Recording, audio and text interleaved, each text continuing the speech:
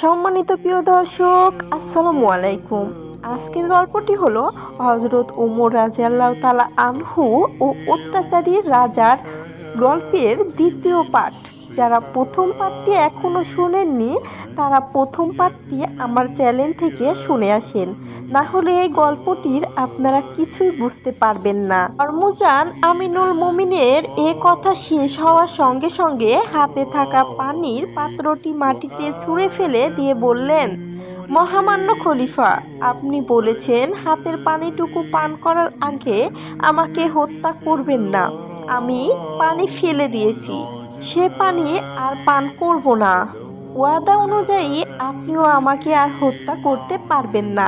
হরমুজানের এ চালাকির প্রেক্ষিতে মুসলিম সৈন্যরা রেগে গিয়ে বলল, আমিনুল মুমিনিন, আপনি অনুমতি দিন, আমরা এক্ষুনি তার এমন অনৈতিক চালাকির শাস্তি দিই।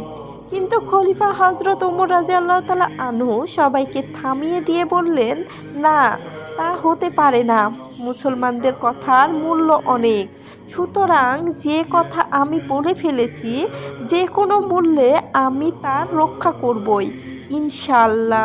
যেহেতু আমি তাকে বলেছি তার হাতের পানিটুকু পান করার পূর্বে তাকে আমি হত্যা করব না, আর সে যখন পানি পান করেনি, সুতরাং বন্দি হরমুজানকে হত্যা করা চলবে না।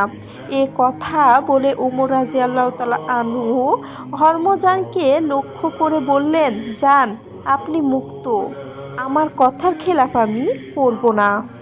সুবহানাল্লাহ, কথার কি মূল্য, ওয়াদা পালনের কি অপূর্ব নজির। হরমুজান কল্পনা করতে পারেননি তিনি এত সহজে মুক্তি লাভ করবেন। রাসূলের প্রিয় সহচর হজরত ওমর মহানুভবতা দেখে তিনি দারুণভাবে প্রভাবিত হলেন। তিনি ভাবলেন, এই যদি হয় ইসলামের আদর্শ, তবে এর থেকে দূরে থাকা হবে আমার জন্য চরম দুর্ভাগ্যজনক। ইসলামের অতুলনীয় আদর্শে মুগ্ধ হয়ে হরমুজান ইসলাম গ্রহণ করলেন। এভাবে যুগে যুগে ইসলামের অতুলনীয় আদর্শে মুগ্ধ হয়ে অসংখ্য মানুষ ইসলামের সুশীতল ছায়ায় আশ্রয় গ্রহণ করেছেন। বিশ্বব্যাপী ইসলাম ছড়িয়েছে আপন মহিমায়, শক্তির জোরে নয়।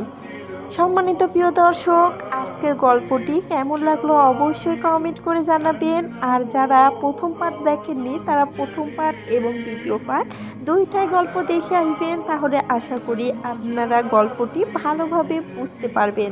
আর গল্পটি অবশ্যই কেমন লাগলো অবশ্যই কমেন্ট করে জানাবেন। সবাই ভালো থাকবেন, সুস্থ থাকবেন, আল্লাহ হাফিজ।